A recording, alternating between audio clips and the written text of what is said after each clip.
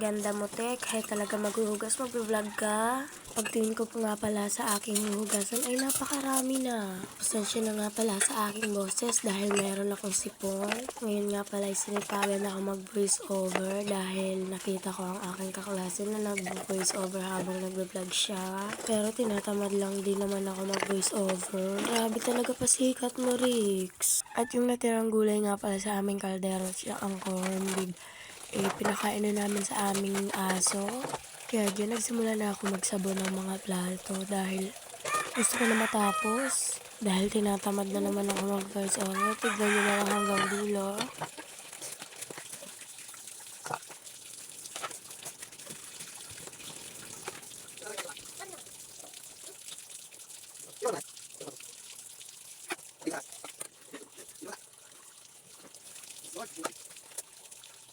At dito nga pala may nakita akong uod. Tignan nyo, buhay na buhay. At dito nga binigay ko na sa aking kapatid ang camera para din naman sipagan siya mag-map. Syempre te, sa aking kwarto. Saan pa naman siya magmamar? Ay oo nga pala, nag-map pa siya dun sa sala tsaka sa kwarto ng aking nanay. Ay nakalimutan ko, nagmapa pala dun sa aming kusina. Kaya naman habang namamap siya, nakikipag-away siya sa akin. At dito nga, binigay ko na sa aking kapatid yung mga hugasin na baso dahil tinatamad na naman ako maghugas. At dito nga habang naghuhugas siya, nakikipag-away siya sa akin dahil tignan nyo naman. At gaya nga ng sinabi ko, tignan nyo naman hanggang dulo.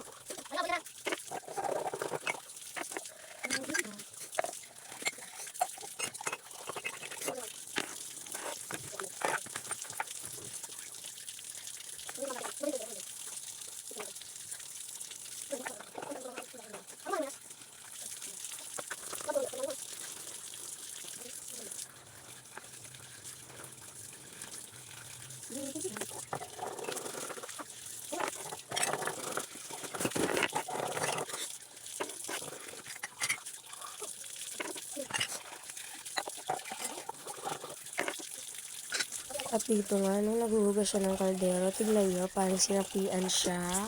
Kaya naman sabi ko, huwag siyang gaganyan-ganyan kasi nakakahiya.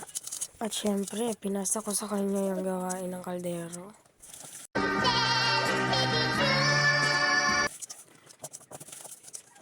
Nagalit nga pala ako dyan dahil tingnan sa gawa-gawa niya. Grabe ang mukha niya dito sa video. Sinunod ko na nga din pala dito ang mga kutsara. Dahil tingnan nyo naman, dyan na lang ang natitira hugasin. Gaya nga pala na sinabi ko ulit, tingnan nyo naman hanggang dulo.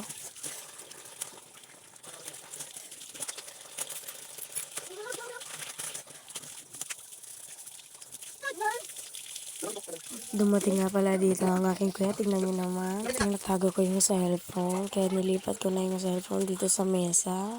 Kaya naman nga pala hanggang dito na lang. Dahil konti lang naman ang aking na video. Bye-bye!